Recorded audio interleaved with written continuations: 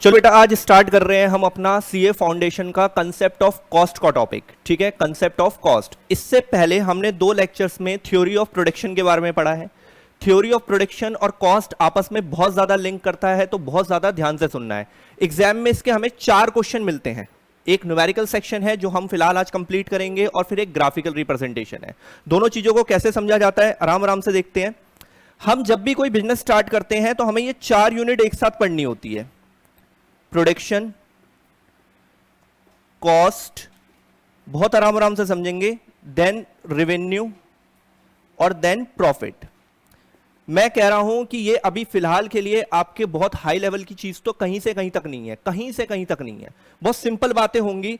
कल हमने जब लेक्चर करे थे तो हमें अच्छे से पता है, हमने आपसे एक काम स्टार्ट करवाया था कि हम किसी चीज की मैन्युफैक्चरिंग स्टार्ट कर रहे हैं, और बहुत सिंपल मैन्युफैक्चरिंग बताई थी कि हमने पेन। रीजन इज दैट कि पेन जब हम अभी पढ़ रहे हैं, अभी लेक्चर्स देख रहे हैं, अभी भी हमारे हाथ में पेन होता है, और जब हम एग्जामिनेशन हॉल में बैठे होते हैं तब भी हमारे हाथ में एटलीस्ट क्या तो होता ही है, पेन। तो हमें पता हो कि हमने पेन बनाने का कार्यक्रम स्टार्ट करा है, यह है प्रोडक्शन। यह हम कर चुके हैं फिलहाल। अब हमें निकालनी है कि उस मैन्युफैक्चरिंग की कॉस्ट क्या आई है। सामान को बनाने में खर्चा भी आता है। और सिंपल कर लें, जब हम ऑफलाइन क्लासेस में बैठे होते हैं तो आपको लगता है कि हम इंस्टीट्यूट को बहुत सारा पैसा दे रहे हैं, यानी कि आप पैसा दे रहे हो, ऐसा कुछ नहीं है कि ये मेरा सारा प्रॉफिट है। सारा प्रॉफिट नहीं है। इस क्लासेस को चलाने में बहुत सारे पैसे मेरे स्पेंड भी होते हैं।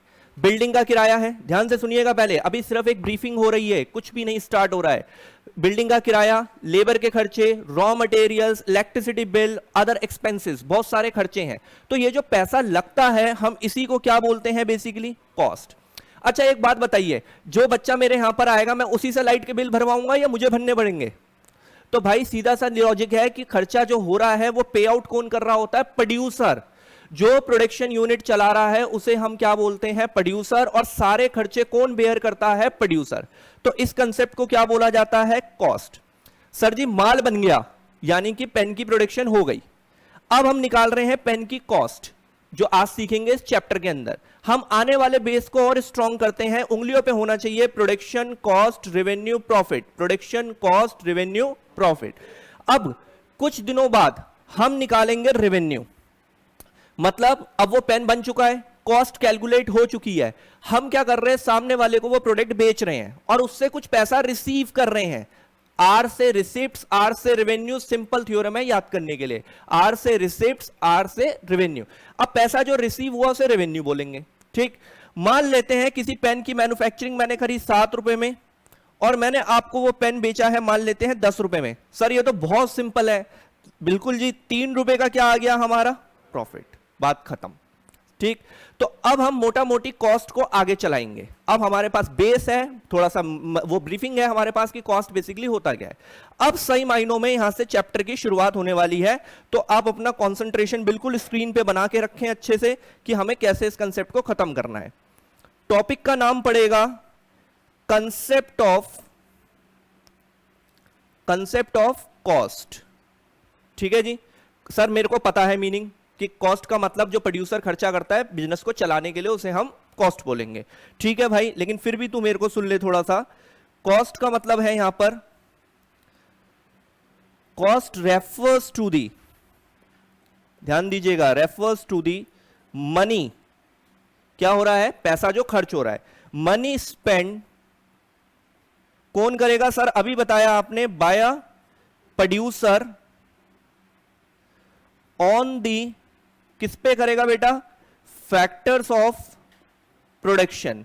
सर वो क्या होते हैं फैक्टर्स ऑफ प्रोडक्शन? लाइक, ध्यान दीजिएगा, like expenditure on land, building, ये जो इंस्टीट्यूट हम चलाते हैं, land, building, machinery, raw material, electric charges, और भी बहुत सारे खर्चे हो सकते हैं जो आप अपने दिमाग से भी सोच सकते हैं। तो cost refers to the money spend by a producer on the factors of production like expenditure on land, building, machinery, raw material, x y z. ये सारे जो पैसे लगते हैं, इसको एक शुद्ध भाषा में क्या बोला जाता है बेटा? कॉस्ट। बात खत्म। ठीक है, अब सुनिए ध्यान से। लोगों को बहुत अच्छी खासी गलतफहमी होती है, आप बिल्कुल इमेजिनेशन में रहिए कि भाई इंस्टीट्यूट जो है बहुत पैसे कमाता है, ऐसा कुछ भी नहीं होता है। ठीक है, आप सिंपल चलिए, जितने ज्यादा बच्चे होते हैं उतने ही ज्यादा इंस्टीट्यूट के कॉस्ट भी होते हैं। अब ज्यादा बच्चे होंगे, ज्यादा देर क्लासेस चलेगी, तो बेटा लाइट्स के बिल भी क्या हो जाएंगे, ज्यादा। कम क्लासेस चल रही थी कोरोना वायरस के टाइम पे, तो खर्चे भी क्या हो जाते थे, कम। तो एक बहुत इंपॉर्टेंट लाइन बनती है यहां पर, आप ध्यान दीजिएगा, cost is the F of Q. बेटा 9 फॉर्मूले हैं जो आज इस लेक्चर में हमें सीखने हैं, तो आप आराम आराम से समझेंगे। Cost is a F of Q, यानी कि कॉस्ट किसका फंक्शन होता है, क्वांटिटी का। सर नहीं समझ में आ रहा, अरे भाई फैक्टर का मतलब होता है कि कॉस्ट किसकी रिस्पेक्ट में चेंज होता है, क्वांटिटी। अगर क्वांटिटी बढ़ रहा है, नंबर ऑफ स्टूडेंट्स बढ़ रहे हैं, तो कॉस्ट भी बढ़ेगी, और नंबर ऑफ स्टूडेंट्स अगर कम हो रहे हैं तो कॉस्ट भी क्या हो जाएगी, कम। आ गई बात समझ में? अब सुनिए, एक होती है बेटा टोटल, ध्यान दीजिएगा धीरे धीरे बेटा, फॉर्मूले में फिर बता रहा हूं, फॉर्मूले आपको याद नहीं करने हैं, बिल्कुल टिप्स पे रहते हैं, उंगलियों पे। बहुत सिंपल तरीके होते हैं फॉर्मूले को समझने के, याद करने के नहीं बोल रहा मैं, समझने के। टोटल फिक्स्ड कॉस्ट सबसे पहले एक ही आएगा, ठीक है सर। फिर एक आएगा टोटल वेरिएबल कॉस्ट, ठीक है जी। अभी इतने पे छोड़ते हैं फिलहाल, नेक्स्ट वाले को हम देख लेंगे बाद में। किसी भी बिजनेस को चलाने के लिए एक एंटरप्रेन्योर, यानी कि जो मालिक होता है, जो हमने प्रोडक्शन में पढ़ा, जो प्रोड्यूसर होता है, उसको कुछ फिक्स्ड खर्चे करने पड़ते हैं। फिक्स्ड खर्चे का मतलब जैसे कि एक्सपेंडिचर ऑन लैंड, ध्यान से सुनिएगा, एक्सपेंडिचर ऑन लैंड, बिल्डिंग का किराया, मशीनरी, ये सब खर्चे फिक्स्ड होते हैं। बहुत सिंपल करते हैं, हमने पेन की कंपनी स्टार्ट करी थी। आपकी कंपनी एक पेन बनाए तब भी बिल्डिंग का किराया वही जाएगा, आपकी कंपनी 100 पेन बनाए तब भी बिल्डिंग का किराया वही जाएगा, आपकी कंपनी 10,000 पेन बनाए तब भी बिल्डिंग का किराया वही जाएगा। अब सिंपल करते हैं, हमारे इंस्टीट्यूट में 2 बच्चा आए, 100 बच्चा आए, 500 बच्चा आए, बिल्डिंग का किराया वही जाएगा। तो यह खर्चा हमेशा रिमेनिंग क्या रहता है, कांस्टेंट। तो ये आउटपुट में चेंज होने से ये खर्चे कभी भी चेंज नहीं होते। तो इस प्रकार के खर्चे को हम क्या बोलते हैं, fixed cost. Land, building, machinery, मैंने 1 करोड़ रुपए की मशीन लगवाई, उसके बाद मैंने पेन बनाने का कारोबार बंद कर दिया, मेरा खर्चा तब भी कितना ही कैलकुलेट होगा, 1 करोड़। और उस मशीन से मैं रोज के 200 पेन बनाता हूं तो भी कितना ही खर्चा कैलकुलेट होगा, 1 करोड़। तो आप ध्यान से देखिएगा, total fixed cost refers to the money, जो खर्च हो रहा है, मनी स्पेंड, खर्चा करने वाला मनुष्य हमेशा रहेगा by a producer on the fixed factor of production, fixed factors of production. Example के तौर पे हम लिख सकते हैं, एग्जाम्पल के तौर पे fixed factor of production like expenditure on, समझा चुका हूं मैं आपको, land, building, machinery. Yes sir, ये फिक्स्ड खर्चे हैं, प्रोडक्शन जो मर्जी हो, इनमें कभी भी चेंजेस आने वाले नहीं हैं। डन। अब इसी प्रकार एक आएगा हमारा टोटल वेरिएबल कॉस्ट।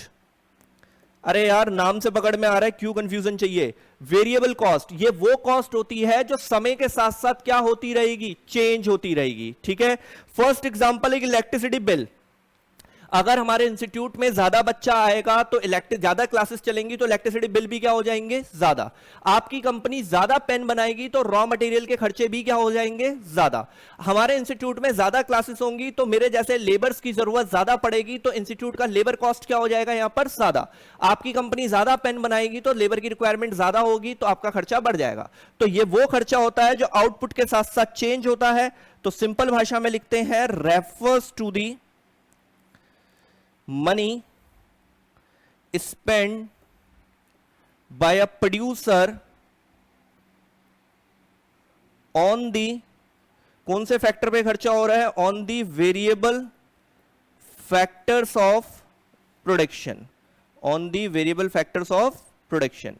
एग्जाम्पल के तौर पर हम लिख सकते हैं एक्सपेंडिचर ऑन रॉ मटेरियल, ठीक है जी, expenditure on raw material comma electric charges ETC, ठीक है। तो cost, total fixed cost, total variable cost, इनके मीनिंग हमें समझ में आ चुके हैं। अब आप एक बहुत सिंपल चीजें चलेंगे। अब स्क्रीन फुल हो चुकी है, इसको रफ करने का टाइम आया है, तो आप ध्यान से सुनेंगे कि आगे मैं आपको क्या बता रहा हूं। चलिए मान लीजिए कि इस इंस्टीट्यूट का फिक्स्ड कॉस्ट है महीने का 50,000 रुपए, मतलब बिल्डिंग का किराया, ध्यान से समझिएगा, बिल्डिंग का किराया और तुम्हारा क्या कहता है मशीनरी एक्सेट्रा, ये सारे खर्चे इंस्टीट्यूट कितना बेयर करता है महीने के 50,000। ठीक, ओके सर। वेरिएबल खर्चा जो है 20,000 रुपए है, मतलब टीचर की सैलरी, लाइट्स का बिल महीने का ये है। अब मैंने आपसे बहुत सिंपल सी एक बात पूछी, बहुत ही सिंपल सी, बेटा इस इंस्टीट्यूट को चलाने का टोटल खर्चा क्या हुआ? अरे सर सिंपल है यार, 70,000 हो गया, 50 प्लस 20 कितना हो गया? 70। एक इमेजिनेशन क्रिएट कर रहे हैं तो आपको समझ में आ रहा है fixed cost plus variable cost, अगर दोनों को मर्ज कर दिया जाए तो कौन सी कॉस्ट जनरेट हो जाती है? Total cost. सिंपल, अगर दोनों को मर्ज कर दिया जाए तो कौन सी कॉस्ट जनरेट हो रही है? Total cost. थोड़ा सा ये इमेजिनेशन फिगर्स को आप ध्यान में रखेंगे ताकि आपको बेटरली समझ में आए। अब आगे देखते हैं कि आगे की कहानी इसमें कैसे बढ़ेगी। अब हमें आगे जाना है, आगे हमारी कहानी शुरू हो रही है टोटल कॉस्ट से। फॉर्मूले ड्रॉ होंगे, कॉन्सेंट्रेशन बनाए रखें। सर टोटल कॉस्ट तो 70,000 आ गई। बेटा अच्छी बात है तूने बताया, लेकिन तू मेरे को यह बता कि ये कैलकुलेट कैसे हुआ टीसी? सर फिक्स्ड कॉस्ट था 50,000 और वेरिएबल कॉस्ट था 20,000। सर मैंने दोनों को मर्ज कर दिया और मेरे को पता चल गया, कौन सा कॉस्ट पता चल गया? Total cost. तो पहला फॉर्मूला जनरेट हो चुका है, total cost is equal to total fixed cost plus total variable cost. ठीक है जी। और ये वाली जो कॉस्ट होगी वो हमेशा रिमेनिंग क्या रहेगी? कांस्टेंट। इंस्टीट्यूट में लॉकडाउन लगा हुआ है, आउटपुट 0 है, बच्चा नहीं आ रहा कोई भी, फिर भी बिल्डिंग का किराया जाएगा। आउटपुट 0 पर भी ये कॉस्ट क्या रहेगी बेटा? अवेलेबल। न्यूमेरिकल करते हुए काम आएगा जो बुक के पीछे क्वेश्चंस दिए हुए हैं। तो टोटल फिक्स कॉस्ट 0 आउटपुट पर भी अवेलेबल है, क्योंकि हमने खुद इस इंस्टीट्यूट के किराए भरे हैं इवन द लॉकडाउन पीरियड, जब आउटपुट नंबर क्या आता है इंस्टीट्यूट का? 0। ठीक, पहला फॉर्मूला।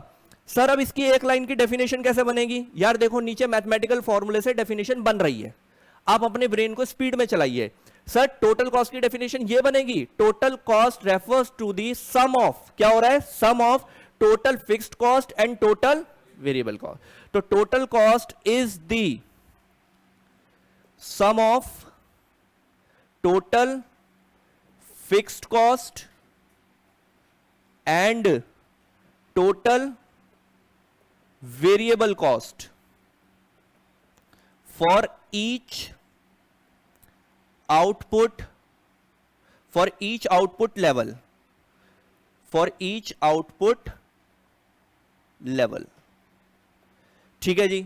अभी तक हमने फिलहाल एक ही फॉर्मूला पढ़ा है बस, वो भी बहुत ही मासूम सा फॉर्मूला है, TC is equal to TFC plus TVC। अब आगे सुनिए, आज की एक्सरसाइज क्वेश्चंस होने के लिए इनको समझना बहुत जरूरी है।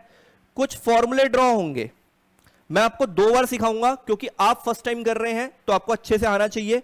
सर आपने बताया पहला फॉर्मूला आया हमारा TC is equal to TFC plus TVC।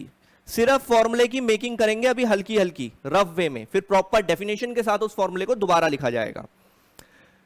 एक आएगा बेटा AC। सर क्या होता है AC? Average cost. खोलेंगे, खोलने का काम भी मेरा है, लेकिन अभी सिर्फ सुन रहे हैं, ठीक है? Average cost. उसके बाद एक आता है AFC, एवरेज फिक्स्ड कॉस्ट, बहुत सिंपल बातें हैं। उसके बाद एक आता है ABC। अब इनके फॉर्मूले बनाने की ना मैं बहुत सिंपल ट्रिक बता रहा हूं आपको। AC मतलब cost is the function of Q बताया था मैंने थोड़ी देर पहले, ठीक है जी। आपको कुछ नहीं करना, हमेशा याद रखिए पूरी इकोनॉमिक्स में, मैं कह रहा हूं CA फाउंडेशन को आप हटा के चलिए, आप दुनिया की कोई भी इकोनॉमिक्स पढ़ रहे हैं, एवरेज बनाने का सिंपल तरीका होता है भाई, A हटा दे, सामने T लगा दे। क्या बोला है? A हटा के सामने क्या लगा ले भाई? T, and divided by Q, because cost is the function of Q, यानी कि क्वांटिटी या फिर आउटपुट। अब सिंपल करेंगे, सिंपल सुनना, A हटाएंगे, T लगाएंगे तो फॉर्मूला बन गया TFC अपॉन Q। बेटा A हटाएंगे, T लगाएंगे, फॉर्मूला बन गया TVC अपॉन Q। सर ये होता क्या है? बेटा बिल्कुल नहीं घबराना, अभी हम इनको डेफिनेशंस को दोबारा लिखेंगे, अभी मैं सिर्फ आपको ट्रिक सिखा रहा हूं, डेफिनेशन बनाएंगे अभी इसकी प्रॉपरली। अब ध्यान से सुनेंगे, ध्यान दीजिएगा। ये है क्या आप समझिए ध्यान से, बहुत अच्छे से समझना, क्योंकि आपको रियल में निकालनी आनी चाहिए। Sir AC is equal to TC upon Q। Sir ऊपर मेरे को दिख रहा है यहां पर TC जो है वो 70,000 है। कितना है? 70,000।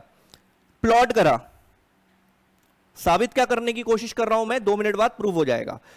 बच्चा आता है हमारे इंस्टीट्यूट में, मान लेते हैं 100 बच्चा आता है, क्वांटिटी कितनी है हमारे इंस्टीट्यूट में 100, बेटा एसी कितना आया निकल के 700। अब ये क्या शो कर रहा है, एवरेज कॉस्ट ये शो कर रहा है कि पर बच्चे पे हमारा इंस्टीट्यूट कितने रुपए खर्च कर रहा है, 700 रुपए। यानी कि हमारे इंस्टीट्यूट में जब एक बच्चा आके बैठता है, हमारी बेंच यूज करता है, हमारी इलेक्ट्रिसिटी यूज करता है, हमारे रॉ मटेरियल यूज करता है, तो एक एक पर बच्चा, याद रखिए पर यूनिट का क्वेश्चन है बुक के पीछे, पर यूनिट जो कॉस्ट लगी है एवरेज कॉस्ट वो है पर बच्चे पे जो खर्चा लगा है मेरा।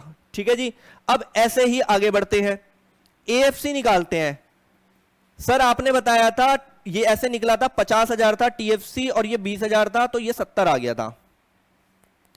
तो मतलब सर यहां प्लॉट होगा 50,000 रुपए और बच्चे तो आप पे 100 ही आ रहे हैं, तो एवरेज फिक्स्ड कॉस्ट कितनी आ रही है इंस्टीट्यूट की 500। मतलब लैंड बिल्डिंग मशीन जो बच्चा यूज कर रहा है, तो एक एक बच्चे पे फिक्स्ड कॉस्ट कितनी लग रही है इंस्टीट्यूट की 500। आ गई बात समझ में। आपको रियल कॉस्ट शीट दी जाती है निकालने के लिए, तो आप अवेयर रहें, आपको सिर्फ पैटर्न ना पता हो कि फॉर्मूला पता है, आपको रियल मीनिंग पता हो। तो एक एक बच्चा जो मेरे सामने बैठेगा और जो मेरी बिल्डिंग यूज कर रहा है, मेरी मशीनरी यूज कर रहा है, तो एक एक बच्चे पे फिक्स्ड कॉस्ट कितना लग रहा है इंस्टीट्यूट का 500। डन। ऐसे ही सर अब हम निकाल लेंगे AVC is equal to TVC upon Q. TVC कितना था इंस्टीट्यूट का 20,000, बच्चे कितने आ रहे हैं 100, तो एवीसी कितना हो गया इंस्टीट्यूट का। इट मींस एक बच्चे पे जो ये टीचर इतने एफर्ट्स लगा रहा है, तो एक एक बच्चे पे कितना खर्चा हो रहा है हमारा 200 रुपए का। एक एक बच्चे पे कितनी बिजली लग रही है 200 रुपए। पर बच्चे पे वेरिएबल खर्चा रॉ मटेरियल पर बच्चे पे कितने रुपए का लग रहा है। मैंने आपको पूरे लेक्चर में एवरेज को पढ़ाते हुए पर पे फोकस दिया है, per unit per unit per unit question बनता है। ठीक, इतना समझने के बाद अब हमें पता है TC is equal to TFC plus TVC होता है, और एवरेज के फॉर्मूले बनाने की ट्रिक क्या है, ए हटाओ, सामने क्या लगाओ टी लगाओ और डिवाइडेड बाय क्यू कर दो, तो आपका एवरेज जनरेट हो जाएगा। ठीक, अब बहुत अच्छे से इसको और आगे लेके जाएंगे और फॉर्मूलों को आगे पुश करना शुरू करेंगे कि कैसे कैसे ये कंडक्ट होंगे। देखिए जी, सबसे पहला रियलिस्टिक फॉर्मूला कौन सा है हमारा, TC is equal to TFC, यही पूरे चैप्टर की नींव है एक। अब हम फॉर्मूला नंबर 2 समझ रहे हैं, एसी। सर हमें तो पता ही है already, AC is equal to क्या होता है भाई टीसी अपॉन क्यू। अब इसका डिफाइन बनाएंगे, ठीक है। Average cost is the, word use होगा per unit total cost, per unit total cost of the production. Underline section जो होगा, जो इंपॉर्टेंट सेक्शन है वो ये है कि पर यूनिट का हमें इससे क्या चल रहा है पता। अब आते हैं point number 3, AFC. Sir formula हमें पता है, AFC is equal to TFC upon Q. निकालना सिखाया गया है पर यूनिट, क्या वर्ड यूज होगा यहां पर भी per unit. Average fixed cost is दी, बेटा पर यूनिट पे फोकस रखें, पर unit total fixed cost of the production, of the production. ठीक है जी, फिर से इसमें जो अंडरलाइन सेक्शन होगा वो क्या ही रहेगा, मतलब एवरेज पढ़ते हुए आपको पर यूनिट पे बिल्कुल जान लगा के फोकस करना है। पॉइंट नंबर 4, फिर हमने पढ़ा था एवीसी, अरे सर इसका भी बता दिया, एवीसी इज इक्वल टू, ए हटाएंगे क्या लगाएंगे बेटा टीवीसी अपॉन क्यू। डन। आगे सुनिएगा, एवरेज वेरिएबल कॉस्ट इज दी पर unit total variable cost of the production, of the production. ठीक है जी, इसमें भी जो मेन सेक्शन है वो क्या है पर यूनिट। ठीक है जी, क्या रहेगा मेन सेक्शन पर यूनिट। तो ये आपके 3 क्वेश्चंस हुए। अब आप थोड़ी सी मेरी हेल्प करने की कोशिश करेंगे, फॉर्मूला नंबर 5, एक भी क्वेश्चन अवॉइड नहीं होना चाहिए, 4 क्वेश्चन पूछे जाते हैं, बिल्कुल आराम से चारों के चारों सही बनते हैं। सर रियल फॉर्मूला आपने ये बताया था, सही है जी। अगर मैं इन तीनों को क्यू क्यू से डिवाइड कर दूं, बहुत सिंपल मैथमेटिक्स है भाई, इन तीनों को अगर मैं क्यू क्यू से क्या कर दूं बेटा divide, yes, AC divided by Q सामने आपको दिख रहा है, क्या बन जाएगा, AC, TC divided, TFC divided by Q, ये आपको दिख रहा है क्या बन जाएगा, AFC, और ये बन जाएगा। तो बेटा मैंने जैसा कि स्टार्ट करवाया था कि आपको याद नहीं करने हैं, आपको ट्रिक समझनी है कि चीजें बनती कैसे हैं, ठीक है जी। तो ये आपके 1 2 3 4 5 6 फॉर्मूले जो भी हैं आपने देख लिया। यहां पर एक चीज अभी भी मिस आउट है, जैसे कि हम पहले 3 लेक्चरों में ये पढ़ चुके हैं प्रोडक्शन वाले यूनिट के अंदर, कि मेरे भाई टोटल होता है, एवरेज होता है, और एक होता है मार्जिनल। अगेन रिपीट, टोटल होता है, एवरेज होता है, और एक बेचारा कौन होता है, मार्जिनल। तो मार्जिनल अभी तक बचा हुआ है, ये फॉर्मूले के बाद अब हमें अकेले में कंसेप्ट सीखना है अच्छे से मार्जिनल का, ठीक है जी। तो मार्जिनल के कंसेप्ट पे चल रहे हैं, बहुत ही ध्यान से देखिएगा। मार्जिनल मतलब एडिशनल कॉस्ट, पहले 2 लेक्चर में ये बातें बहुत अच्छे से आपको बताई गई हैं। मार्जिनल मतलब एडिशनल कॉस्ट। बेटा क्या हुआ, एक दिन हमने संडे को एक एक्स्ट्रा क्लास अरेंज करी, ध्यान से सुनिएगा। तो क्या होगा, एक्स्ट्रा एसी चलेगा, एक्स्ट्रा मेरे एफर्ट्स लगेंगे, एक्स्ट्रा रॉ मटेरियल का खर्चा आएगा। तो ये जो एडिशनल खर्चे हैं, एडिशनल पैसा लग रहा है, एडिशनल पैसा जो स्पेंड हो रहा है, इसको हम क्या बोलेंगे, मार्जिनल कॉस्ट। तो marginal cost is the additional cost due to an additional unit of output. एक एडिशनल यूनिट लेने के लिए जो आप एडिशनल खर्चा करते हो, इसको क्या बोला जाएगा, मार्जिनल। आप बहुत ध्यान से सुनना, 2 फॉर्मूले हैं। पहला बनेगा आपका यहां पर बहुत अच्छे से, रॉ मटेरियल का खर्चा एक्स्ट्रा हो सकता है, क्लासेस एक्स्ट्रा चल रही हैं तो लाइट्स का खर्चा एक्स्ट्रा हो सकता है, ये टीचर लेबर के खर्चे एक्स्ट्रा हो सकते हैं। तो इन बातों से क्या बनेगा वो समझने की कोशिश करते हैं। तो मार्जिनल कॉस्ट इज एन, ध्यान दीजिएगा, एडिशनल, वर्ड जो फोकस रहेगा वो कौन सा रहेगा, additional cost due to an additional unit of output. अब इसके 2 फॉर्मूले हैं। A, first, MC is equal to TCN minus TCN minus 1। यहां पर वैसे किसी का हाथ बिल्कुल तंग नहीं होना चाहिए, हमने प्रोडक्शन के अंदर पढ़ा था MP is equal to TPN minus TPN minus 1, ठीक है। अगर आपका थोड़ा सा दिक्कत है तो आप पीछे के 2 लेक्चर्स देख सकते हैं। तो वहां पर बहुत अच्छे से बताया गया था कि टीपी पे बैठते हैं, ऊपर वाले आइटम से माइनस करते हैं। तो बिल्कुल सेम कंसेप्ट आपको फॉलो करना है। अगर आपको टीसी निकालना है, टीसी पे बैठना है और ऊपर वाले से माइनस करना है। मैं आपको निकालना सिखाऊंगा, लेकिन कोशिश ये रखिए कि आप बेटर समझ पाए। तो छोड़ते हैं इसको। इसका एक और बनेगा, और पे ध्यान दीजिएगा, और का क्वेश्चन भी बताऊंगा क्योंकि बना हुआ है पेपर में। TC is equal to delta TC upon delta Q, MC is equal to delta TC upon delta Q. अब इसका एक और फॉर्मूला है। सर अप्लाई कैसे करना है इनको, बेटा अभी बताया जाएगा, प्रोसेस के हिसाब से धीरे धीरे बताया जाएगा कि इन फॉर्मूले की एप्लीकेशंस कैसे होती हैं। एक और फॉर्मूला रहेगा MC, और ये इंपॉर्टेंट मार्केबल रहेगा। ये नोट्स वगैरह और हमारे PDF में भी आपको ऐसे ही मिलेगा। ये इंपॉर्टेंट है क्योंकि इसका ज्यादा यूज है। MC is equal to TVCN minus TVCN minus 1। Sir मतलब बेटा समझाया जाएगा, लेकिन थोड़ा थोड़ा सुनता रहे। अभी करके दिखा रहा हूं एक न्यूमेरिकल कि आपको TVC पे बैठना है और ऊपर वाले आइटम से क्या करना है, उसको माइनस। अब इसका एक और बनेगा, MC is equal to delta TVC upon delta Q. तो ध्यान दीजिएगा, delta TVC upon delta Q. Sir एक और कंफ्यूजन है बहुत अच्छी सी, कि मुझे कैसे पता चलेगा कि कब डेल्टा वाला फॉर्मूला यूज करूं और कब ये नॉर्मल वाला यूज करूं। तो ये भी एक कंफ्यूजन का पार्ट होता है। आप कंफ्यूजन नहीं, इसको 1 नंबर के हिसाब से देखिए, 1 नंबर पूछा जाता है यहां से। आप ध्यान दीजिएगा, ये जो डेल्टा वाला फॉर्मूला है ना, ये दोनों तब अप्लाई होते हैं व्हेन द आउटपुट इज, ध्यान दीजिएगा क्वेश्चन बनता है, when the output is gapping, when the output is gapping, मतलब जब आउटपुट के बीच में क्या पाया जाता है, एक प्रकार का गैप। सर कैसे, तो एक क्वेश्चन मैं आपको करके दिखाता हूं। ध्यान दीजिएगा, पहले ये वाला फॉर्मूला यूज करके हम क्वेश्चन कर रहे हैं। लाइक दिस, कुछ ऐसा क्वेश्चन होता है। बंदे ने बोला when the total output increase from, ध्यान दीजिएगा, increase from 10 units to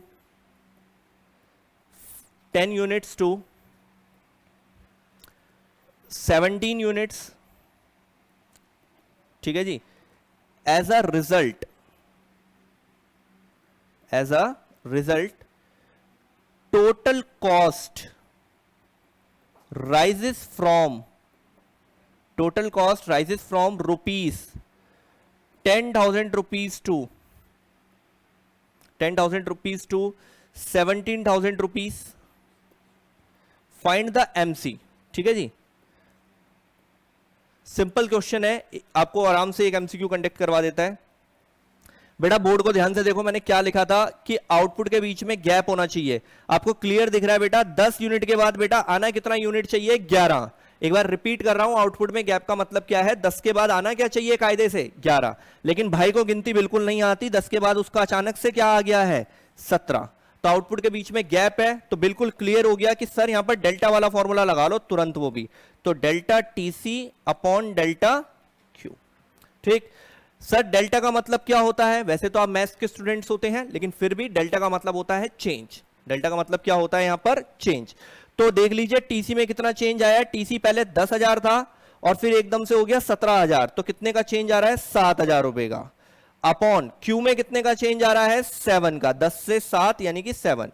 sir सीधे सीधे डिवाइड हो गया मतलब, यस, तो 1000 आंसर हो गया, बात खत्म। ये हो गया एमसी का नॉर्मल क्वेश्चन, ठीक है। सर अब एक काम करिए, लगे हाथ ये भी बता दीजिए कि ये जो पहले दो फॉर्मूले लिखे हुए हैं, इस प्रकार के फॉर्मूले फिर कब यूज होंगे। बेटा सिंपल है, जब आउटपुट गैप पर हो तो डेल्टा वाला यूज कर ले, जब आउटपुट गैप पर ना हो तो बिना डेल्टा वाला यूज कर ले। तो ये वाला भी एक बार देख लेते हैं अच्छे से, ठीक। तो इस प्रकार से अब ये वाले क्वेश्चन का एक टेबल देख लेते हैं। आप टीवीसी वाला अप्लाई कर लो, चाहे इसमें जोन सा कर रहा हूं आप वो कर सकते हैं, लेकिन आप याद रखें कि टीवीसी वाला बहुत इंपॉर्टेंट क्वेश्चन है। आपको एक टेबल दी हुई है भाई ने, आउटपुट दिया हुआ है 0 1 2 3 4 लाइक समथिंग, ठीक है। बहुत बेसिक बातें करेंगे। आपको टोटल कॉस्ट दे रखी है, मान लेते हैं कुछ भी 100 150 180 250 समथिंग 330, ठीक है। अब इसका एमसी फाइंड आउट करना है, ठीक है। इसका क्या फाइंड आउट करना है, एमसी। तो सर कैसे निकलेगा, मतलब देखो बेटा दो तरीके हैं, आप या तो टीवीसी वाला फॉर्मूला अप्लाई कर लो या टीसी वाला कर लो, दोनों में से सेम ही आएगा। उसके लिए आपको फिर टीवीसी निकालना पड़ेगा, TC N minus TC N minus 1। पहले पे डैश लगाया, बहुत आराम से करते हैं, टीसी एन यानी कि टीसी पे बैठो और ऊपर वाले से क्या कर दो, उसको माइनस। यहां पर बेटा टीसी कितना है 150, एक ऊपर वाला कितना है 100, द आंसर 50। फिर बेटा नीचे उतरा, टीसी कितना है सर 180, बेटा एक ऊपर वाला फॉर्मूले के अकॉर्डिंग 150 30, बेटा ये कितना है 250 माइनस 180 70 330 माइनस 250, ये कितना आ गया 80। तो ये पूरा का पूरा हमारा एमसी का शेड्यूल क्या हो गया, यहां पर ड्रॉ हो गया। सही है जी, श्योर हो 100%। तो हमने 3-4 फॉर्मूले पढ़े हैं, बहुत आराम से इसकी ब्रीफिंग देखते हैं एक बार और फिर आगे बढ़ने की कोशिश करेंगे with the numerical.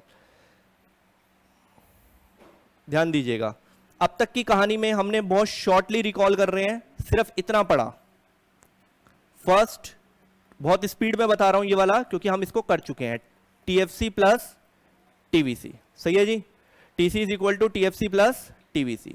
Sir average बनाना हमें आ चुका है, TC divided by Q. AFC is equal to TFC upon 4th, AVC is equal to TVC upon Q, and 5th is TC is equal to TFC plus TVC. सबको Q Q से हम direct नहीं लिख रहे, समझेंगे। Q Q से divide करा तो क्या जनरेट होगा, एसी इज इक्वल टू, सही चल रहा है। फिर उसके बाद हमने सीखा सर एमसी सीखा, एमसी मतलब additional cost TC N minus 1, sir इसको OR करके ऐसे भी लिख सकते हैं, delta TC upon delta Q। ठीक है जी। फिर उसके बाद बहुत ध्यान से सुनिएगा, फिर उसके बाद हमने सीखा एक MC is equal to TVCN minus 1, और OR करके इसको हम क्या बोल सकते हैं, delta TVCN minus delta TVC upon delta Q। Clear है यहां तक का? किसी को कोई समस्या? चलिए अब बेटा नेक्स्ट टॉपिक रहेगा इसका ग्राफिकल रिप्रेजेंटेशन। ठीक है जी, उसको देखते हैं कि ग्राफिकल रिप्रेजेंटेशन कैसे बनाया जाता है। ध्यान से देखिएगा। देखिए बेटा, अब हमें आगे कंटिन्यू करना है। जितने भी हमने कंपोनेंट्स पढ़े हैं, अभी TC पढ़ा है, TFC पढ़ा है, जो भी पढ़ा है, इनके ग्राफ मेकिंग होंगे। आप अपने इंस्टीट्यूट के मॉड्यूल को खोलोगे, सबके ग्राफ बने हुए हैं, और उन ग्राफ से निकलेंगे कुछ MCQ, और फिर एट द एंड उनके निकलेंगे रिलेशनशिप। वो छोड़ देते हैं, अभी बात की बातें हैं। तो एक हम ना नॉर्मल सा शेड्यूल बनाएंगे कॉस्ट का। मैं फिर से बता रहा हूं, पेपर जो है हमारा MCQ पैटर्न पर है, तो आपको ये शेड्यूल वेड्यूल बनाने को नहीं आएगा। कभी कोई नर्वस हो जाए कि सर ये बनाना पड़ेगा क्या, अरे नहीं बनाना पड़ेगा, आप इसको सीख रहे हैं अभी फिलहाल, और उसके अंदर की निकलने वाली चीजें सीखेंगे। सबसे पहले हमने आपको डिसाइड करवाया कि आउटपुट से रिलेट करता है कॉस्ट। आप एक आउटपुट लेट करेंगे, ठीक है जी, सारे ग्राफ ड्रॉ करने के लिए। 0 1 2 3 4 5 6 7 एंड 8। तो ध्यान दीजिएगा सर, सारे कंपोनेंट हमने सुन लिए। अब एक होता है TFC, ठीक है जी, उसके बाद एक होता है TVC। कैसे होगा बहुत बारीकी से देखिएगा। देन सर एक होता है TC, सर ये हमें आता है TFC प्लस TVC कर लेंगे शॉर्टली। फिर एक होगा AC, जो कि निकलता है TC अपॉन Q करके। फिर एक होगा AFC, जो कि निकलेगा TFC अपॉन Q करके। और फिर एक होगा ABC, ठीक है जी। और लास्ट में एक बनाएंगे यहां पर, ध्यान दीजिएगा, बहुत ही ध्यान से देखना, MC। एक कॉलम रहेगा किसका, MC का, बहुत ध्यान से देखना। अब इसकी शुरुआत जो होगी ना, बहुत ध्यान से देखना, ये पूरा टेबल 1 मिनट में फिल हो सकता है, बस एक ट्रिक पे बेस्ड है। हमेशा ध्यान रखिए, जब भी हम कोई टेबल बनाएंगे, हमें मार्जिनल वाला हमेशा लेट करना होता है। लेट का मतलब हम खुद से बनाएंगे, तब जाके ये टेबल फिल होगी। और यहां पर एक न्यूमेरिकल हमें और सीखने को मिलेगा, एक फॉर्मूला और इंट्रोड्यूस होगा। तो बहुत ध्यान से देखना, MC को लेट कैसे करते हैं। पहले सिंपल करते हैं, सर आउटपुट 0 है, फिर भी फिक्स्ड कॉस्ट आएगी ना इंस्टीट्यूट की। अरे भाई लॉकडाउन लगा है, आउटपुट क्या है इंस्टीट्यूट में, बच्चे कितने हैं 0, फिर भी इंस्टीट्यूट कॉस्ट कितना पे कर रहा है 10। कौन सी कॉस्ट हो गई, फिक्स्ड कॉस्ट। अरे बिल्डिंग का किराया तो जाएगा ही जाएगा। अरे फिर लॉकडाउन हटने लगा, एक बच्चा आ गया बैच में, फिर भी बिल्डिंग का किराया कितना ही रहेगा 10। अरे 2 बच्चे आ गए बैच में, 3 आ गए, जो भी है, आउटपुट बढ़े या घटे, फिक्स्ड कॉस्ट हमेशा रिमेनिंग क्या रहने वाली है, कांस्टेंट। तो ये हो गई हमारी टोटल फिक्स्ड कॉस्ट का लेट। 0 आउटपुट पे कोई भी कॉस्ट फिक्स्ड कॉस्ट होता है, ये बात डिसाइड हो चुकी है अब, ठीक। अब हम MC को लेट करना शुरू कर रहे हैं अच्छे से। MC को कैसे करेंगे सर, मार्जिनल मतलब एडिशनल कॉस्ट ना हर अगली यूनिट को प्रोड्यूस करने की। हाँ भाई, उसका फॉर्मूला भी पढ़ा और न्यूमेरिकल भी पढ़ा। अब सुनिए, आउटपुट 0 डैश लगाया भाई, एक आउटपुट पे MC 10 है। सर ये कैसे भाई लेट हो रहा है, तरीका समझेंगे कि फिगर ऐसे क्यों लेट हो रही है और फिर ग्राफ ऐसे क्यों बन रहे हैं।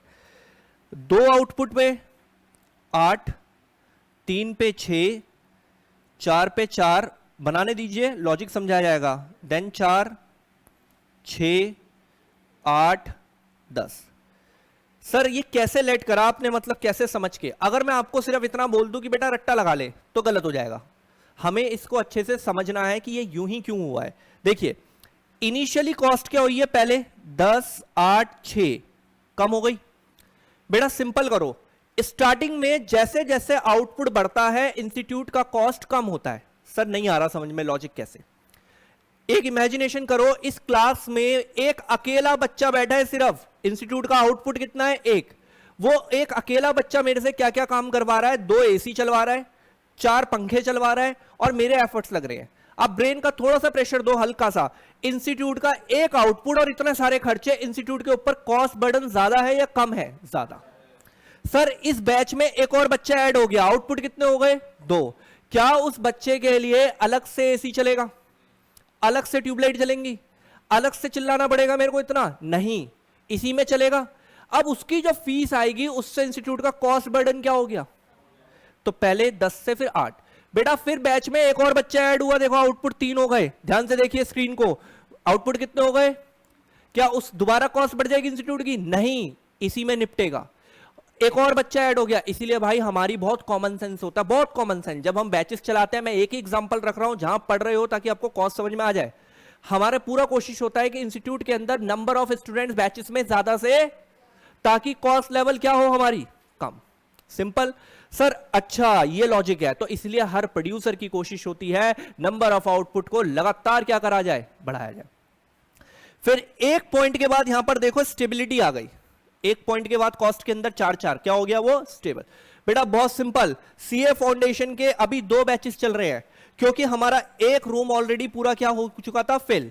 अब बच्चे और आते जा रहे हैं, तो दूसरे रूम में जब क्लासेस चलेंगी, लाइट फैन एसी दोबारा से ऑन होगा या नहीं होगा? खर्चा इंस्टीट्यूट का दोबारा क्या हो गया? सिंपल है यार, दोबारा खर्चा क्या हो गया इंस्टीट्यूट का? तो बेटा ये हो गया हमारा अगेन कॉस्ट का बढ़ने का लॉजिक। 6, 8, 10। पहले कॉस्ट कम इसलिए हो रही है, नंबर ऑफ स्टूडेंट्स बैच में ऐड होते जा रहे हैं, तो हमारे कॉस्ट का लेवल क्लास का क्या होता जा रहा है? कम। फिर क्लास पूरी फिल हो गई, अगेन दूसरे रूम में क्लास ऑन करवाई, तो अगेन कॉस्ट दोबारा से क्या होना शुरू हो गई? बढ़ना, क्योंकि उस रूम में भी एसी चालू हो चुका है और लाइट्स के बिल स्टार्ट हो चुके हैं। ठीक सर, अब हमें एमसी लेट करना, तो चलो आ गया। अब आगे की कहानी है, बाकी टेबल कैसे फिल होगी? भाई देखो बहुत आराम से देखना, बहुत ही आराम से। आपको कुछ नहीं करना, समेशन करना है, सिग्मा साइन लिखा है ये बेटा। और अभी मैं करंट जो अभी होने वाला है अटेम्प्ट, इस अटेम्प्ट का मैं एमटीपी सॉल्व करवा रहा था, वहां पर इसका क्वेश्चन बना हुआ है। ठीक है, तो आप ध्यान देना, सिग्मा एमसी जब हम करते हैं तो हमें इस इक्वल टू में मिलता है टीवीसी। सिग्मा का मतलब होता है, बाई चांस किसी बच्चे को ना पता हो, सम। क्या होता है? किसका सम करते चलो? एमसी का। और एमसी का सम करते जाओगे क्या मिलना शुरू हो जाएगा? टीवीसी। समझ में आ रहा है फॉर्मूला? चलिए करो भाई। पहला डैश सर 10 + 8, ठीक है जी, समेशन कर रहे हैं। 18 + 6, 24 + 4, 28 + 4, देन 6 जोड़ेंगे 38, 46। सही है जी। आप एक चीज को ध्यान से रखिए, इस पूरे कंसेप्ट के अंदर एमसी बहुत इंपॉर्टेंट बंदा है, और ट्रिक मैं बता चुका हूं, पहले डाउन, नया बैच चालू, फिर कॉस्ट वापस क्या हो जाएगी? इंक्रीजेबल हो जाएगी। और फिर ये रहा फॉर्मूला आपका, समेशन कर लो एमसी का, मिल गया भाई आपको। कौन मिल गया बड़ा भाई? टीवीसी। बात खत्म। ठीक है, अब देखो ऊपर टेबल को ध्यान से देखो, अब कुछ कहानी में बचता ही नहीं है समझाने के लिए। सर टीसी तो निकलेगा, दोनों को सम कर दो। यस, टीएफसी और टीवीसी को जोड़ने लग जा तो क्या मिलना शुरू हो जाएगा तेरे को? टीसी। 10 + 0 10, 10 + 10 20, ये जोड़ेंगे, ध्यान दीजिए, 34, 38, 42, 48, 56, 60। सही है जी। अब इतने स्मार्ट हैं आप लोग क्योंकि आपके पास मैथ है, मेरे पास तो मैथ भी नहीं थी। तो आप ध्यान से देखिए, AC = TC/Q। सर TC है 10, Q है 0, तो ये तो डैश हो गया। आप इंफिनिटी भी लगा सकते हैं, कई बार बच्चा बोलता है तो आप डैश भी लगा सकते हैं, कोई प्रॉब्लम नहीं है। फिर है TC 20, 20/1, Q1 है ना, क्या आ जाएगा बेटा? सिंपल निकालना शुरू करें ऐसे करके। 28 को 2 से करेंगे तो 14, 34 को 3 से करेंगे तो 11.3, 9.5, देन ये 5 से होगा तो 8.4, 8, 7 7 जा 49 एंड 8, देन उसके बाद ये होगा तो 8.2 समथिंग। ये हमारा AC हो गया। ऐसे ही हमारा AFC निकल जाएगा आराम आराम से। AFC कैसे निकलेगा? TFC/Q। ये रहा TFC, डिवाइड कर दो, किससे डिवाइड कर दो? Q से। 10 / 0 डैश, 10 डिवाइडेड बाय 1, 10 को 2 से करेंगे 5, 3 से करेंगे 3.3, 2.5, ये हो गया आपका 2.5, और उसके बाद आ जाएगा आपका 5 से करेंगे ये 2 हो जाएगा, 6 से करेंगे 1.6 समथिंग, 1.4 एंड 1.2। ठीक है जी। अब ऐसे ही आपको एबीसी भी निकालना है, टीवीसी डिवाइडेड बाय क्यू। ये रहा टीवीसी भाई, ध्यान दीजिएगा स्क्रीन पर, 0/0 डैश 10/1, 10, 18 को 2 से 9, 24 को 3 से 8, 28 को 4 से 7, 32 को 5 से करेंगे तो 6.4 आएगा, 38 को 6 से करेंगे तो 6.2 आएगा, देन उसके बाद 46 डिवाइडेड बाय 7 तो ये हो जाएगा 5, 6.5 समथिंग, देन ये हो जाएगा आपका 7। बेटा घबराना नहीं है, टेबल वेबल कुछ नहीं बनाने को आने वाला, ये हम सीख रहे हैं। अब इससे ग्राफ बनाना सीख लेंगे बड़े प्यार से। जो बुक में डिजाइन दिए गए हैं इंस्टीट्यूट के मॉड्यूल में, आपको पता तो हो वो डिजाइन साला ऐसा क्यों है, ये तो पता हो ऐसा ही क्यों है, आपके पास लॉजिक हो उस बात का। तो अब आप देखिए, अब हम 3 टोटल के ग्राफ बनाएंगे पहले, फिर उसके क्वेश्चंस निकालना शुरू कर देंगे। पहले हम तीनों टोटल वाले एक साथ प्लॉट कर रहे हैं ग्राफ के अंदर। ठीक है जी, आप देख सकते हैं तीनों टोटल को कैसे प्लॉट करा जाएगा। यहां लिखेंगे TC oblique TFC oblique TVC. यहां आ गया आउटपुट। बेटा जी आउटपुट 8 नंबर तक गया है, आप अपने इस पे शेड्यूल पे देख लीजिए कहां तक गया हुआ है, 8 तक। बहुत ध्यान से देखिएगा, 4-5 एमसीक्यू हैं। मैक्सिमम फिगर 66 तक है। 5 का डिस्टेंस ले लेते हैं, 5, 10, 15, 20, 25, 30, 35, 40, 45, 50, 55, 60 एंड 60 के बाद 65 एंड 70 लाइक। चलिए जी पहले टीसी प्लॉट कर रहे हैं। सर दिख रहा है मेरे को 0 पे 0, ठीक है भाई, 0 पे 1 पे 10, सॉरी 0 पे 10, वेट 0 पे 10, 1 पे भी 10, 2 पे भी 10, 3 पे भी 10, टीएफसी रिमेनिंग कांस्टेंट है। सारे पॉइंट्स प्लॉट हो गए और एक स्ट्रेट लाइन जनरेट हो गई। ये हमारा ग्राफ बन गया, किसका ग्राफ बन गया, टीएफसी का। अब बेटा सुनो, यहां पे मैं अभी लिखूंगा थोड़ी देर बाद, इस साइड पे मैं आपको इससे रिलेटेड एमसीक्यू लिख के दिखाऊंगा। पहला MCQ, which cost curve is parallel to the x axis, तो आपको बोर्ड पे क्लियर दिख रहा है टीएफसी। दूसरा MCQ, what does the behaviour of TFC when output increase और डिक्रीज, इट्स रिमेनिंग कांस्टेंट। 2 हो गए भाई फिलहाल के लिए। फिर आ जाते हैं टीवीसी, प्लॉट कर रहे हैं भाई टीवीसी को, ध्यान दीजिएगा। 0 पे 0, 1 पे 10, 2 पे 20, 3 पे 28। अब आप इतना टाइम बर्बाद नहीं करेंगे क्योंकि आप फाउंडेशन कर रहे हैं, छोटी क्लासेस नहीं दे रहे कि आपको पूरा ड्रॉ करना हो, सीधे सीधे बन जाएगा ऐसा टीवीसी। अगर किसी को ट्रस्ट इश्यू हो तो आप प्लॉट करके देख लीजिए, यही बनने वाला है, कुछ और भी नहीं बनेगा, सिंपल। ठीक है, अब इसमें देखिए ध्यान से, ये टीवीसी हो गया। अब हम टीसी प्लॉट करेंगे। ये देखिए 0 पे 10, 0 पे 10 ये रहा पॉइंट, 1 पे 20, 2 पे 28, चलिए जी लाइक दिस, ये हो गया टीसी। सही है भाई। अब यहां पर अगला एमसीक्यू सुनिए, विच cost curve is passing through the origin. पहला एमसीक्यू जनरेट हुआ, विच cost curve is passing through the origin. तो हमें क्लियर दिख रहा है, ये रहा कौन सा कॉस्ट कर्व पास हो रहा है ओरिजिन से, ये दिख रहा है आपको टीवीसी। 3 एमसीक्यू हो गए भाई। Next is which cost curve intercept the y axis. ठीक है जी, तो आप ध्यान से सुनिएगा। पहला तो ये रहा वाई एक्सिस को छू कौन सा रहा है, एक तो ये टीसी छू रहा है और एक मेरा भाई कौन सा छू रहा है, ये दिख रहा है टीएफसी। तो आपका रिप्लाई बनेगा टीसी एंड टीएफसी। तो ये 4 एमसीक्यू हैं, लेकिन हमारा फर्ज बनता है कि हम लिखे पहले इसको साइड में थोड़ा थोड़ा सा। तो पहला, विच cost curve is horizontal line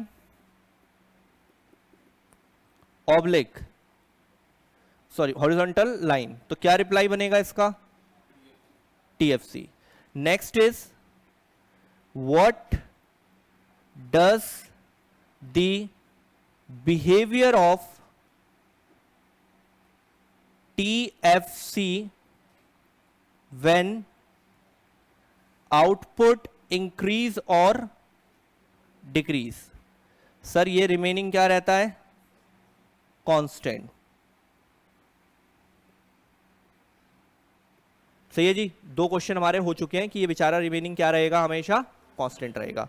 अब ध्यान दीजिएगा, नेक्स्ट आया विच cost curve is passing through the origin. Next क्या है? विच कॉस्ट कर्व इज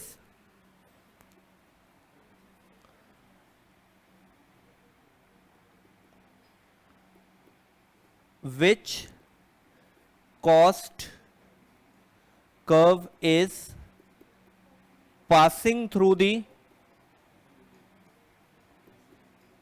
origin. बेटा क्लियरली दिख रहा है हमें कौन सा पास हो रहा है ओरिजिन से? TVC. तो हमारा आंसर बन गया यहां पर TV और C. बात खत्म. नेक्स्ट ध्यान दीजिएगा, which cost curve is intercept the y axis. बेटा इंटरसेप्ट का मतलब होता है छूना. इंटरसेप्ट का मतलब क्या चल रहा है यहां पर? छूना. कि कौन सा ग्राफ y एक्सिस को छू रहा है? तो आप एक बार फिर से देख लीजिए, एक तो बेटा TC छू रहा है और एक तो TC एंड TFC. ठीक है जी. सर ऊपर बहुत सारे कंपोनेंट्स बने हुए हैं, बहुत सारे कंपोनेंट्स बने हुए हैं, TC, TFC, TVC, लेकिन अभी हमने तीनों टोटल वाले निपटाए हैं. अभी एवरेज बाकी है, सबका एवरेज का ग्राफ बाकी है, मार्जिनल का ग्राफ बाकी है. सर वो भी देखना पड़ेगा और उसके अंदर से भी क्वेश्चंस निकलेंगे. मेन फोकस आपको इतना लॉन्ग कट घुमाकर लाया गया है यहां तक और इस पॉइंट को समझाने के लिए सिर्फ MCQ को, ताकि कहीं से भी निकले आप उसको टैकल कर सकते हैं. ठीक. अब आप ध्यान से देखेंगे कि एवरेज क्या होगा. अब हम प्लॉट भी नहीं करेंगे, अब हम बहुत तेजी से निकालेंगे इसको. चलिए जी, इसको रफ करते हैं. पहले जब हम एवरेज के ग्राफ बनाते हैं, आप ध्यान देना भाई बहुत अच्छे से, सारे एवरेज के जो ग्राफ होते हैं, जैसे कि हम प्लॉट कर रहे हैं, बहुत ध्यान देना, एवरेज कॉस्ट यहां लिखेंगे आउटपुट. ठीक है जी.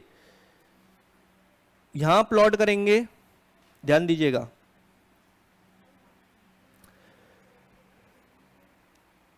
Marginal cost. ठीक है जी. फिर आता है हमारा एक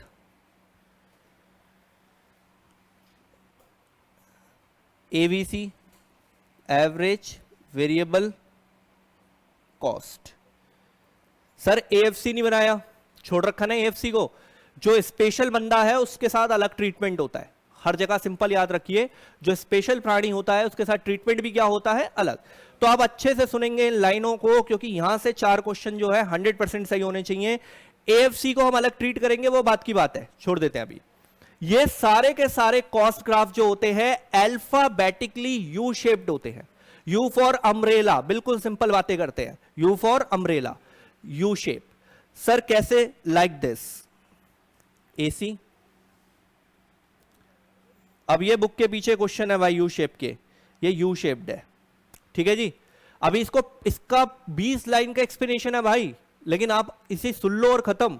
वो बुक का इश्यू है कि बुक बोल नहीं सकता रे, अपन बोल रहे हैं इसलिए आपको समझ में आ रहा है. तो आप ध्यान से समझना, ABC जो है ऐसे बनेगा, ये भी यू शेप है. ठीक है. MC के लिए अभी हम थोड़ा सा पॉज लेंगे, बात की बात है, छोड़ देंगे अभी. सर यू फॉर अम्ब्रेला नहीं होगा लेकिन यहां पर. ठीक है जी. पहली क्लास चल नहीं रही है कि यू फॉर अम्ब्रेला बताना शुरू कर दे.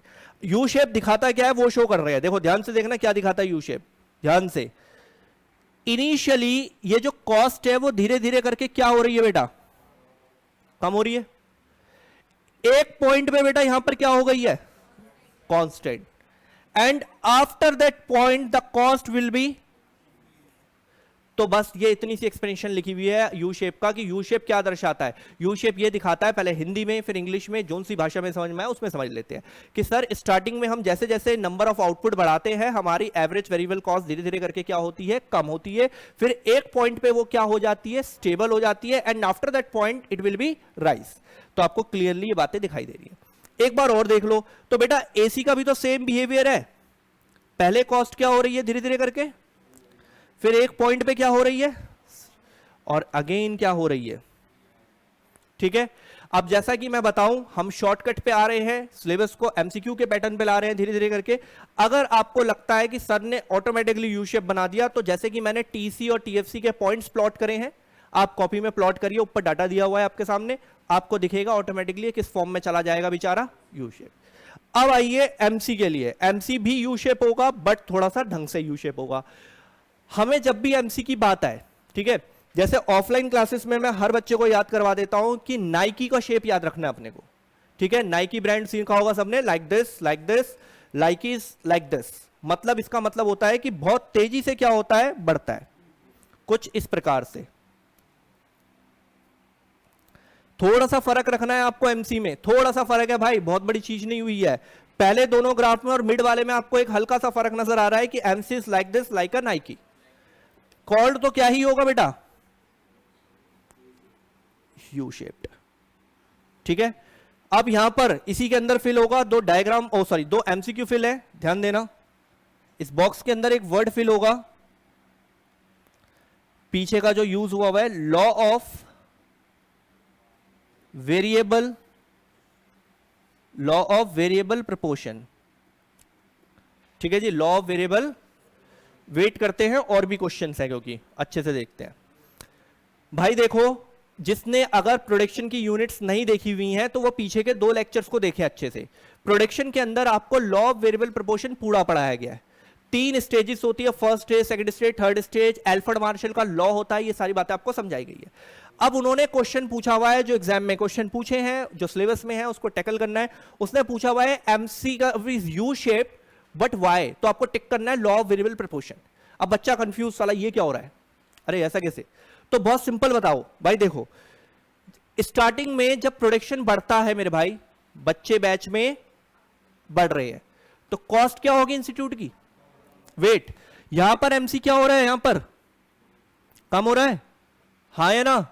तो एमसी कम होने का मतलब, कॉस्ट कम होने का मतलब, इस बैच में नंबर ऑफ स्टूडेंट बढ़ रहे हैं या कम हो रहे हैं, बढ़ रहे हैं ना, तभी तो इंस्टीट्यूट की कॉस्ट क्या होती जा रही है, कम।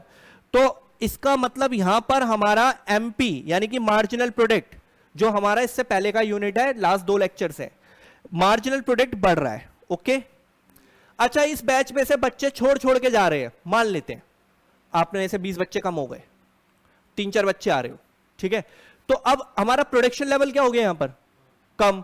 तो इंस्टीट्यूट को, क्लास को चलाने का कॉस्ट क्या हो जाएगा, ध्यान दो, ये कॉस्ट क्या हो रहा है, एमसी क्या हो रहा है यहां।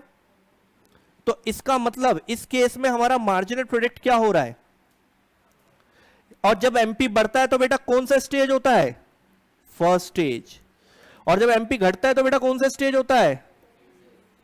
मैं आपसे बता रहा हूं, एमबीए होल्डर, फिर मैं बिल्कुल सीधी सीधी बातें करता हूं, परेशान रहता है इसमें एंड तक, जबकि आपने अगर एक बार नींव को खुद पकड़ लिया कि यार ये ऐसे चल रहा है कंसेप्ट, वो बड़ा परेशान रहता है। अब क्वेश्चन सुन लो, उसने पूछा है कि एमसी का डाउनवर्ड स्लोपिंग, एमसी का ये पोर्शन है ना डाउनवर्ड स्लोपिंग, तो इस टाइम पे कौन सा रिटर्न चलता है, तो एमपी बढ़ रहा है तो मतलब कौन सा रिटर्न है, इंक्रीजिंग रिटर्न।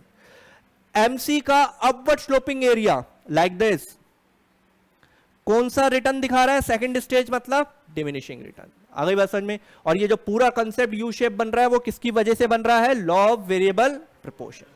श्योर हो गए यहां तक की कहानी में, पक्का। अच्छा, टेबल में मैंने आपको टीसी बता दिया, टीएफसी बता दिया, टीवीसी बता दिया, एमसी बता दिया, एसी बता दिया, एबीसी भी बता दिया। एक बेचारा बचा रह गया, कौन बचा रह गया, एएफसी। क्या बोला था, जो स्पेशल बंदा है उसको अलग से देखा जाएगा।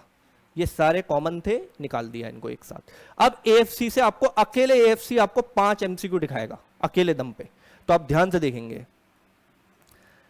एएफसी की प्लॉटिंग होगी और ध्यान से देखना। एक बार हम एएफसी की ना फिगर को नोटिस करते हैं, जरा ध्यान से देखना फिगर को। सिर्फ फिगर नोटिस कर रहे हैं। 10, 5, 3.3, 2.5, 2, 1.6, 1.4, समथिंग लाइक दिस।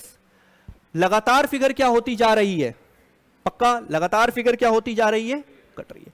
तो यू शेप तो नहीं होगा, श्योर हो चुके हो? यू शेप तो ठीक है, और कांस्टेंट नहीं है तो सीधी लाइन भी नहीं होगा। बेचारा लगातार कम हो रहा है, तो कुछ ऐसा होगा भाई। ये आया AFC, ये आया आउटपुट। सही चल रहा है? चलिए,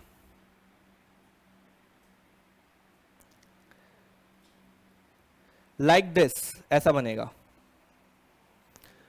जैसा कि हमेशा बोला जाता है, अगर भरोसा ना हो प्लॉट करिए, घर पे बैठे हो आराम से एसी रूम में अपना प्लॉट करिए, आपको दिख जाएगा कि भैया कैसा बन रहा है, जैसा यहां बना है वैसा ही बना है। ठीक, अब इस डिजाइन को एक नाम दिया जाता है रेक्टेंगुलर। मॉड्यूल में क्वेश्चन है भाई, rectangular hyperbola. Rectangular hyperbola, clear है? चलिए next, it is a downward sloping graph. हाँ या ना? डाउनवर्ड स्लोपिंग एंड कॉन्वेक्स, ध्यान दीजिएगा, डाउनवर्ड स्लोपिंग एंड कॉन्वेक्स है। और कैसा स्लोपिंग है बेटा? डाउनवर्ड। 2 MCQ हो गए भाई, ठीक है? बुद्धि का इस्तेमाल करेंगे और ग्राफ पढ़ना आना चाहिए। ध्यान से देखिए बेटा, जैसे जैसे यहां से आउटपुट बढ़ रहे हैं ना नीचे से, हाँ या ना, कॉस्ट धीरे धीरे क्या हो रही है? आउटपुट बढ़ रहा है और कॉस्ट क्या हो रही है? धीरे धीरे करके आउटपुट बढ़ रहा है और कॉस्ट क्या हो रही है? एक ऊपर और एक नीचे कैसा रिलेशन होता है? इनवर्स। एक ऊपर और एक नीचे कैसा रिलेशन? इनवर्स। तो ध्यान दीजिएगा, इनडायरेक्ट यानी कि इनवर्स भी बोलते हैं, एमसीक्यू अरे, indirect relationship between output and AFC।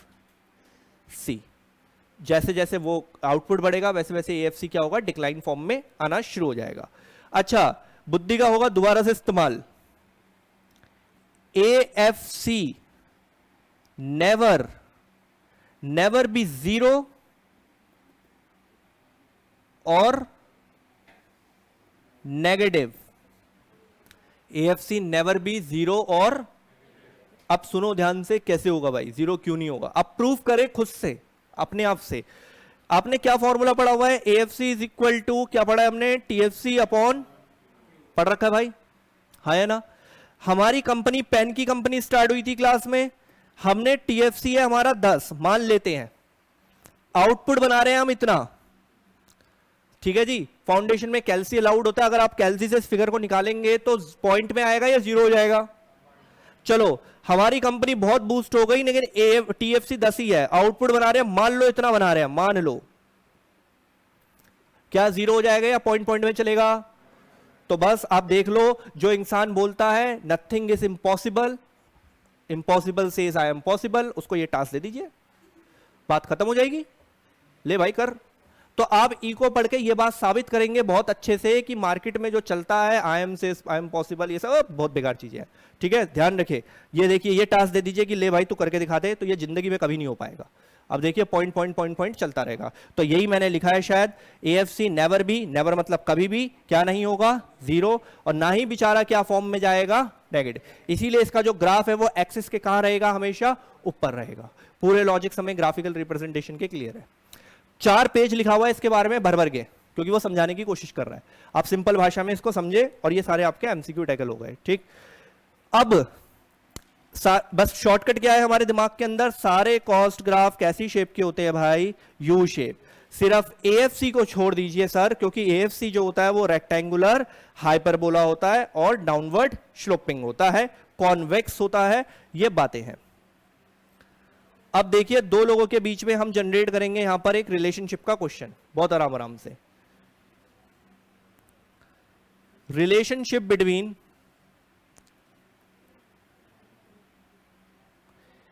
AC and MC, इन 2 के बीच में रिलेशनशिप निकालनी है। प्रोडक्शन के दोनों लेक्चर्स में ये बात बहुत अच्छे से क्लियर हो चुकी है। जब भी रिलेशनशिप आएगी कितने पॉइंट्स लिखने होते हैं हमें? 3। जब भी रिलेशनशिप आएगी कितने पॉइंट लिखने होते हैं? 3 पॉइंट। ठीक है जी, बात की बात है। कैसे निकालेंगे रिलेशनशिप? मैं क्या बोल रहा हूं आप ध्यान से सुनिए। कैसे निकालेंगे, मैं ये नहीं बोल रहा आप कैसे याद करेंगे, कैसे निकालेंगे। ये एक ग्राफ बनाया, दिखना चाहिए भाई ठीक से। ये आ गया AC और ये ऑब्लिक करके आ गया MC। ठीक है सर, AC ग्राफ तो U शेप होता है, तो मैंने कब कहा नहीं होता है, बिल्कुल होता है। AC ग्राफ कैसी शेप का हो गया भाई? U shape. ठीक है सर, MC भी तो U शेप होता है, but like a Nike, but like this. 3-4 बार जब हम इसकी प्रैक्टिस करते हैं हमें आ जाता है। ये बन गया भाई। अब इन दोनों लाइनों की मुलाकात जो हो रही है इस पॉइंट पे हो रही है, ध्यान से देखिए। यहां पर दोनों एक दूसरे को क्या कर रहे हैं? इंटरसेक्ट कर रहे हैं। क्लियर है? अब हम 3 रिलेशनशिप कैसे ड्रॉ करेंगे वो देख लेते हैं। 1, 2 एंड 3। ठीक है जी, सबसे पहले आप इंटरसेक्शन से पहले के ग्राफ को देखिए। इंटरसेक्शन से पहले के ग्राफ को बहुत ध्यान से देखना। सर मुझे दिख रहा है, बराबर दिख रहा है, AC की बिल्डिंग ऊंची है, यानी कि AC का ग्राफ MC से क्या है? अपर। ठीक है, एक बार दोबारा देखते हैं। क्लियरली दिख रहा है कि इंटरसेक्शन से पहले जो AC की हाइट है वो ज्यादा है MC से। MC की हाइट उसके कहां चल रही है? नीचे। क्लियर है? तो हम यहां लिख सकते हैं व्हेन MC बेचारा क्या हो गया इस बार? छोटा पड़ गया। ऊंची बिल्डिंग किसकी है? तो उस पीरियड में, देन उस पीरियड में ये जो AC भाई हैं ये लगातार क्या हो रहे हैं इस सेक्शन में? दिख रहा है क्या हो रहे हैं? कम हो रहे हैं, हाँ या ना? ठीक है, देन AC